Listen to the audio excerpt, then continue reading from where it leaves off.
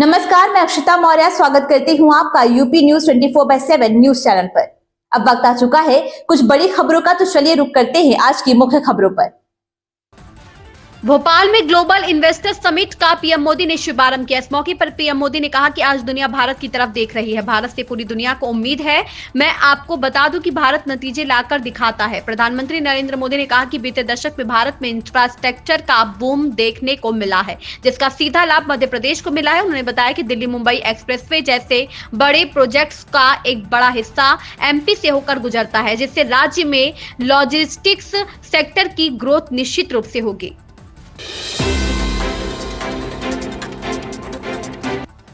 राजधानी में कांग्रेस कार्यकर्ताओं और पुलिस के बीच तनावपूर्ण स्थिति बन गई। पूर्व प्रधानमंत्री इंदिरा गांधी पर की गई विवादित टिप्पणी और 6 विधायकों के निलंबन के विरोध में कांग्रेस कार्यकर्ताओं ने विधानसभा घेराव की कोशिश की। पुलिस ने प्रदर्शनकारियों को रोकने के लिए 22 गोदाम सर्किल पर बैरिकेडिंग की, जहां कार्यकर्ताओं और पुलिस के बीच तीखी झड़प देखने को मिली। कांग्रेस कार्यकर्ताओं ने सरकार विरोधी नारेबाजी की। एमपी ग्लोबल इन्वेस्टर समिट 2025 पर मध्य प्रदेश के सीएम डॉक्टर मोहन यादव का कहना है, आज भोपाल के लिए बहुत खास दिन है। कुछ देर बाद प्रधानमंत्री ग्लोबल इन्वेस्टर समिट का उद्घाटन करेंगे। यह हम सबके लिए खास दिन है, खासकर भोपाल और मध्य प्रदेश के लोगों के लिए। हम दुनिया भर के उद्योगपतियों के साथ एक बड़ा निवेश शिखर सम्मेलन आयोजित कर रहे हैं। विकास के नए कीर्तिमान रचे जाएंगे। खासकर युवाओं के लिए यह बहुत महत्वपूर्ण भूमिका निभाएगा। आज का दिन भोपाल के लिए बहुत खास है। भारत के दुनिया के सबसे ज़्यादा निवेशकों की दृष्टि से, खासकर औद्योगिक घरानों की बड़ी बड़ी हस्तियों के साथ दुनिया के सबसे बड़े गणतांत्रिक देश के यशस्वी प्रधानमंत्री श्रीमान नरेंद्र मोदी जी आज हमारे बीच भोपाल में रात्रि गुजार करके विकास के मामलों का आशीर्वाद देने के लिए पधारे हुए हैं। मुरादाबाद में कांवड़ यात्रा के मद्देनजर सोमवार रात 8 बजे से दिल्ली हाईवे पर जीरो ट्रैफिक लागू कर दिया जाएगा। यह व्यवस्था 26 फरवरी की शाम 5 बजे तक लागू रहेगी। हाईवे पर सभी प्रकार के वाहनों का संचालन रोक दिया जाएगा। इस दौरान केवल कांवड़ियों के जत्थे और उनके वाहन को ही आने जाने की अनुमति रहेगी। दिल्ली विधानसभा में प्रोटेम स्पीकर अरविंदर सिंह लवली ने सभी नवनिर्वाचित विधायकों को शपथ दिलाई है। 8वीं विधानसभा की कार्यवाही शुरू होने के बाद सबसे पहले मुख्यमंत्री रेखा गुप्ता ने विधानसभा में सदस्य के रूप में शपथ ली।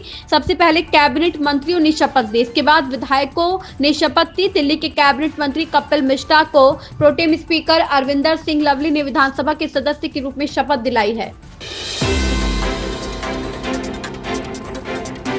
महाराष्ट्र के उप मुख्यमंत्री अजित पवार ने एकनाथ शिंदे की "मुझे हल्के में मत लो" वाली टिप्पणी पर उन पर कटाक्ष करते हुए कहा कि यह अभी भी स्पष्ट नहीं है कि उनकी टिप्पणी का निशाना कौन था।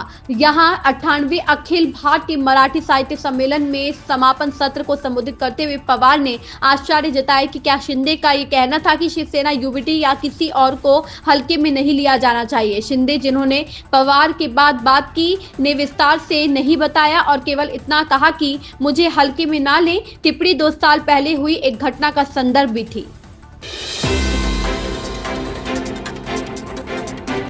बीजेपी सांसद अनुराग ठाकुर का कहना है, केंद्रीय वित्त मंत्री निर्मला सीतारमण द्वारा पेश किया गया बजट 2047 तक विकसित भारत बनाने में बड़ी भूमिका नहीं निभाएगा। सरकार ने अपने सभी वादे पूरे किए हैं। सरकार पिछले 10 वर्षों में 25 करोड़ लोगों को गरीबी से बाहर लाने में सफल रही है। सरकार के 4 करोड़ घर बनाए और 60 करोड़ लोगों को मुफ्त स्वास्थ्य उपचार दिया गया। बजट में मध्यम वर्ग को बड़ी राहत दी गई है। 12 लाख रुपए तक कोई टैक्स नहीं है। माननीय अध्यक्ष जी, माननीय सुनील जी और उपस्थित सभी मीडिया के मेरे बंधुओं,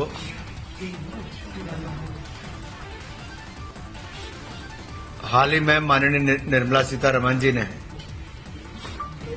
वित्त वर्ष 2025-26 का बजट देश के सामने पेश किया और हम कह सकते हैं ये बजट भारत को विकसित भारत बनाने की दिशा में ले जाने के लिए बहुत अहम रोल अदा करेगा। प्रधानमंत्री नरेंद्र मोदी ने भोपाल में वैश्विक निवेशक शिखर सम्मेलन का उद्घाटन किया और उद्योग, स्टार्टअप और अन्य पर मध्य प्रदेश सरकार की 18 नीतियों का अनावरण किया। कार्यक्रम के दौरान उन्होंने कहा कि सरकार जल्द ही मध्य प्रदेश को निवेश केंद्र बनाएगी। मोदी ने कहा कि विकसित मध्य प्रदेश से विकसित भारत की यात्रा में आज का ये कार्यक्रम बहुत अहम है। इस भव्य आयोजन के लिए मैं मोहन यादव जी और उनकी पूरी टीम को बहुत बहुत बधाई देता हूँ। महाराष्ट्र नवनिर्माण सेना प्रमुख राज ठाकरे और शिवसेना प्रमुख उद्धव ठाकरे की मुलाकात ने राजनीतिक अटकलों को हवा दे दी है। रविवार को मुंबई के अंधेरी इलाके में एक शादी समारोह के दौरान दोनों नेता आमने सामने आए और बातचीत की। यह मुलाकात आगामी नगर निगम चुनावों से पहले गठबंधन की संभावनाओं को लेकर चर्चा का विषय बन गई। हालांकि अभी तक किसी भी पार्टी ने राज ठाकरे और उद्धव ठाकरे की मुलाकात पर कोई आधिकारिक बयान नहीं दिया है, लेकिन महाराष्ट्र की राजनीति में इस मुलाकात को अहम माना जा रहा है।